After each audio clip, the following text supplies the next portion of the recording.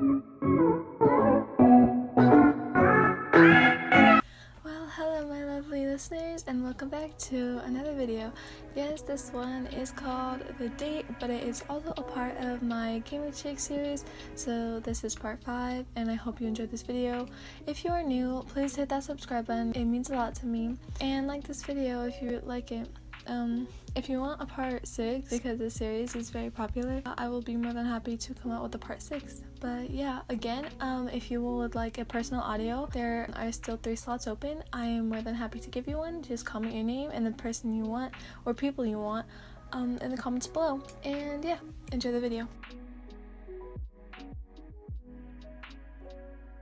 Art class will be presenting.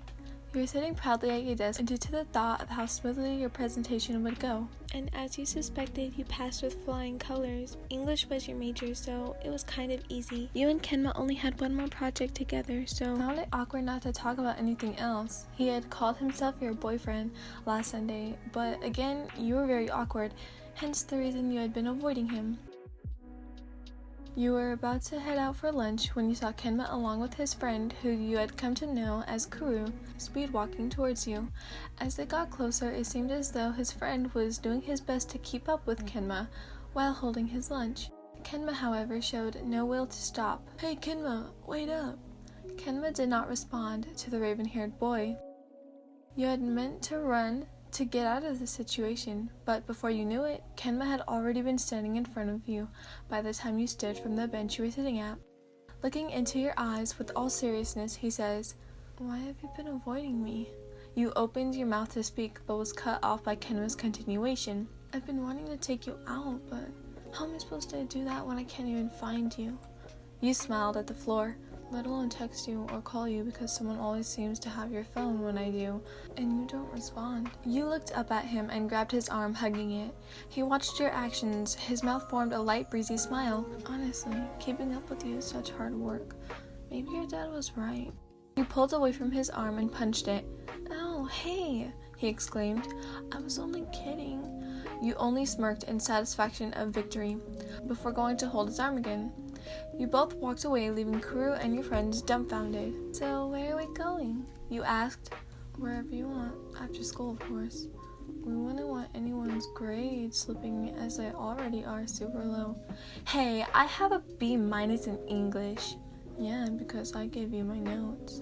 "That's not the only reason. It's also because of my hard work and effort." "Yeah, you just keep telling yourself that. It might eventually come true." You punched him in the arm again, but this time he caught it, as he had caught your many so-called punches before. He had made it very clear you were so much weaker than him, and even compared you to a button, though what he didn't know was that only he got to see that side of you, because it was true. You had become as soft as a baby kitten when you were around him. "Fine then," you said. "What about the park?" "Sure, I guess."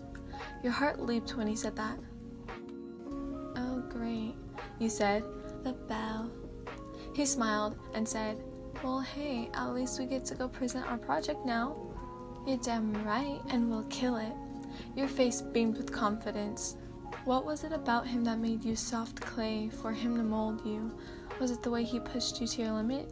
The way he could contain his composure at his heart's content? Maybe it was the way your heart skipped at his words. Or maybe it was his love of every little flaw you had. Who are you kidding? It was all 3.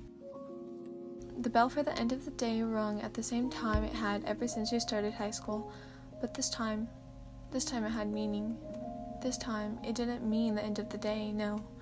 This time, it meant the start of something new. As ecstatic as you were for the bell to ring, you also felt a tinge of nervousness in your breath. You walked out of your classroom to meet your friends, and like always, they were leaning on the wall in front of your classroom. They both had huge grins on their faces. You spoke. "Why are you two smiling like idiots?" They looked to the left, and you followed their gazes. Turning to the left, standing in the middle of the hallway, was Kenma. He had his hand in the pocket of his uniform, his bag drifting off his shoulder ever so slightly. You met his eyes, and as if he was compelling you, you moved forward without hesitation. When you met shoulder to shoulder, you both turned around and walked towards the front entrance of Kenma High School. "We're going to the park now, right?" you asked, turning your head towards Kenma. He responded, No, we're stopping in the store first. You looked confused. Why?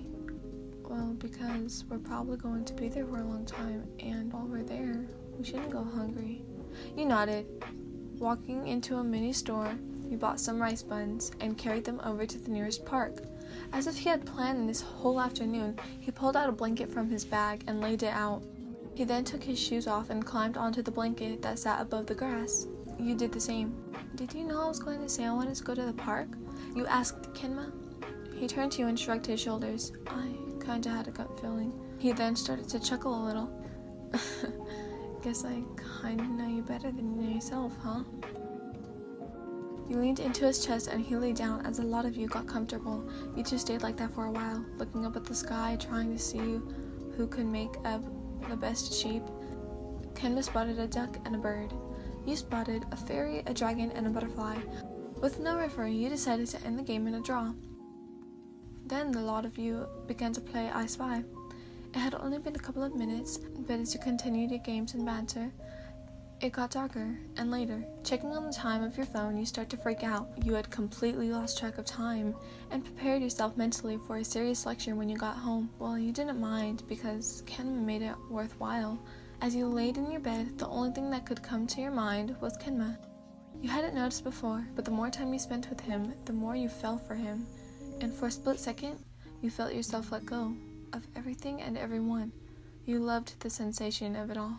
You loved him, and you finally realized that. Well, I hope you guys enjoyed that video. My question for today is, what is your favorite color? My favorite color is royal blue, but I do also like purple and pink. I know it's kind of cliche to like pink because I'm a girl, but hear me out. Pink is just a very pretty color, and I don't like the dark pink. I like the very light pink, like pastel pink. It's a very pretty color to me. Purple, that comes from my grandma, so it's like an origin thing. But yeah, I hope you guys enjoyed this video. Monday will be a mystery Monday, as always. Bye, guys. And then you won't. You say you love me, then you don't. You keep me running and running around.